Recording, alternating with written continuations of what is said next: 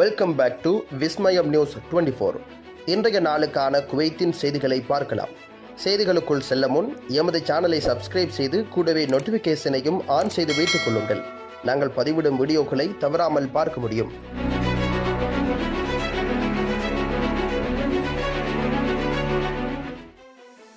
குவைத்தில் செப்டம்பர் 1 முதல் motor cycle விநியோக நடவடிக்கைகள் மீண்டும் தொடங்கும். பொது போக்குவரத்து துறை மனித வளத்திற்கான பொது ஆணையத்துடன் இணைந்து நுகர்வோர் விநியோக நிறுவனங்களுக்கான மோட்டார் சைக்கிள் செயல்பாடுகள் செப்டம்பர் 1 ஞாயிற்றுக்கிழமை மீண்டும் தொடங்கும் என்று அறிவித்திருக்கின்றது. கோடை மாதங்களில் கடுமையான வெப்பத்திலிருந்து தொழிலாளர்களை பாதுகாக்க செயல்படுத்தப்பட்ட பருவகால இடைநீக்கத்தை தொடர்ந்து இது செயல்படுத்தப்பட்டிருக்கின்றது. புதுப்பிக்கப்பட்ட உத்தரவின்படி டெலிவரி மோட்டார் சைக்கிள்கள் தினமும் காலை 11 மணி முதல் மாலை 4 மணி வரை இயக்க அனுமதிக்கப்படும். ஆனால் நியமிக்கப்பட்ட பகுதிகளுக்கு மட்டுமே இது செல்லுபடியாகும்.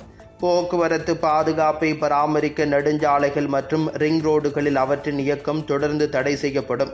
போக்குவரத்தை நிர்வகிப்பதற்கும் சாலை பாதுகாப்பை மேம்படுத்துவதற்கும் எடுக்கப்பட்ட பரந்த முயற்சிகளின் ஒரு பகுதியாக இந்த முடிவு எடுக்கப்பட்டுள்ளது என்று உள்துறை அமைச்சகம் வலியுறுத்தியிருக்கின்றது.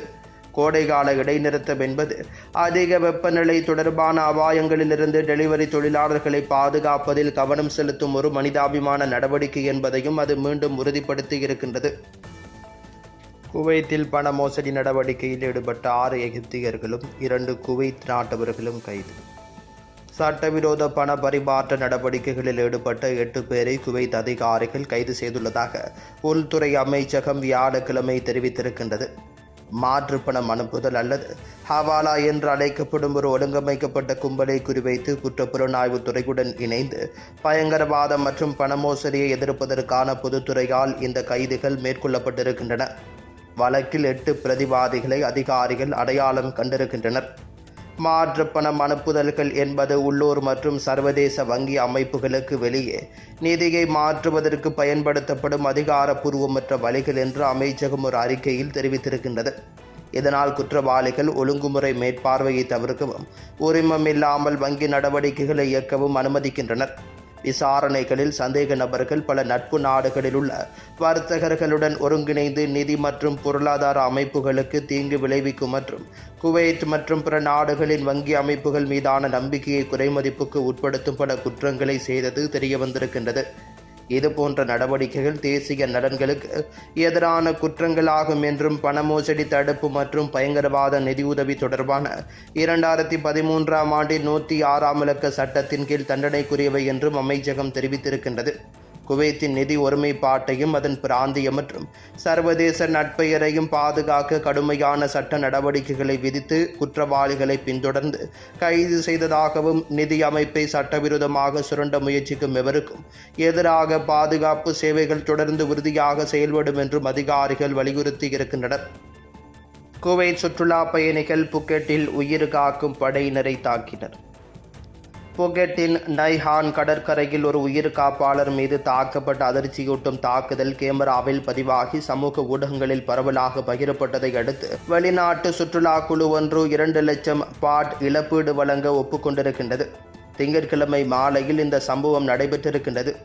ஆபத்தான பலத்த அலைகள் மற்றும் கடற்கரை நீச்சலுக்காக மூடப்பட்டிருப்பதை குறிக்கும் சிவப்பு கொடிகள் காரணமாக சுற்றுலா பயணிகள் கடலுக்குள் நுழைய வேண்டாம் என்று உயிர் காக்கும் நபர் எச்சரிக்கை விடுத்துள்ளார். சுற்றுலா பயணிகள் எச்சரிக்கைகளை புறக்கணித்து ஆக்ரோஷமாக நடந்து உயிர் காக்கும் நபரை நோக்கி கத்தி அவர் மீது துப்பி இறுதியில் அவரை உடல் ரீதியாக தாக்கியதாக நேரில் கண்டவர்கள் தெரிவித்திருக்கின்றனர். தன்னை தற்காத்துக் கொள்ள முயன்ற போதிலும் உயிர் காக்கும் நபர் காயமடைந்திருக்கின்றார். வன்முறை என்கவுண்டரின் காட்சிகள் விரைவாக வைரலாக பரவியிருக்கின்றது. இது இணைய பயனர்களிடமிருந்து சீற்றத்தை தூண்டியிருக்கிறது மற்றும் உள்ளூர் அதிகாரிகளிடமிருந்து கண்டனத்தை தூண்டியிருக்கின்றது. தாக்குதல் நடத்தியவர்களை தரம் குறைந்த சுற்றுலா பயணிகள் என்று ரவாய் மேயர் தேம்ஸ் ராசன் வர்ணித்திருக்கின்றார். இது போன்ற சம்பவங்கள் மிகவும் பொதுவானதாகி வருவதாக புலம்பியிருக்கின்றார். மேலும் இந்த விஷயம் மிகுந்த தீவிரத்துடன் நடத்தப்படும் என்று சபதம் செய்திருக்கின்றார். புதன்கிழமைக்குள் சலோங்கில் உள்ள போலீசார் சுற்றுலா பயணிகளிடம் விசாரணை நடத்தியிருக்கின்றனர்.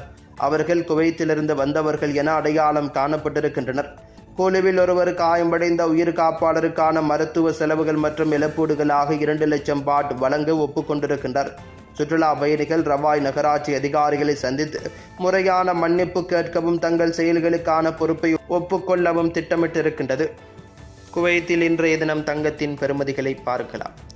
24 கேரட் 1 கிராம் ஒன்றின் தங்கத்தின் பெறுமதி 33.59 குவைத் தீனார்களாகும். 22 கேரட் 1 கிராம் ஒன்றின் தங்கத்தின் பெறுமதி 30.80 குவைத் தீனார்களாகும். 21 கேரட் 1 கிராம் ஒன்றின் தங்கத்தின் பெறுமதி 29.39 குவைத் தீனார்களாகும். 18 கேரட் 1 கிராம் ஒன்றின் தங்கத்தின் பெறுமதி 25.19 குவைத் தீனார்களாகும். குவைத்தின் இன்றைய நாணய மாற்று விகிதங்களை பார்க்கலாம். ஒரு குவைத் தீனார் ஒன்றின் இந்திய பெறுமதி 288.59 இந்தியன் ரூபாய்களாகும். ஒரு குவைத் தீனார் ஒன்றின் இலங்கை பெறுமதி 988.11 இலங்கை ரூபாய்களாகும். ஒரு குவைத் தீனார் ஒன்றின் பங்களாதேசி பெறுமதி 397.92 பங்களாதேசி டகாஸ் ஆகும்.